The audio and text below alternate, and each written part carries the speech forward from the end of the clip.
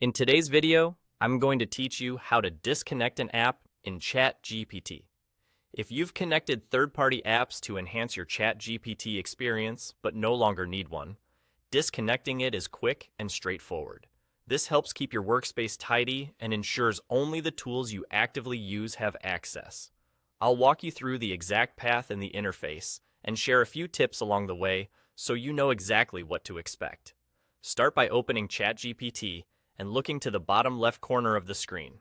You'll see your profile menu there. Select it to open a small panel of options. From that panel, choose Settings.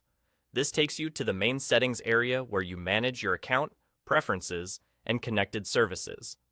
If you're on mobile, the layout may look slightly different, but the profile menu and settings option work the same way. Inside Settings, find and select the section labeled Apps. This is where all your connected apps are listed.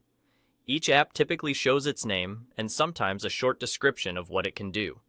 Take a moment to locate the specific app you want to disconnect. If you have several, you can quickly scan the list and pick the one you no longer need. Select the app you want to remove. This opens the app's details page within Settings, where you can see more information about the connection. On this page, look for the Disconnect button. It's usually prominent and clearly labeled. When you're ready, click Disconnect. You may see a confirmation prompt. This is normal and simply ensures you don't remove something by mistake. Confirm your choice, and the app will be disconnected immediately. After that, it should disappear from your list of connected apps. If it still appears for a moment, give the page a quick refresh and it should update. A few quick notes for clarity.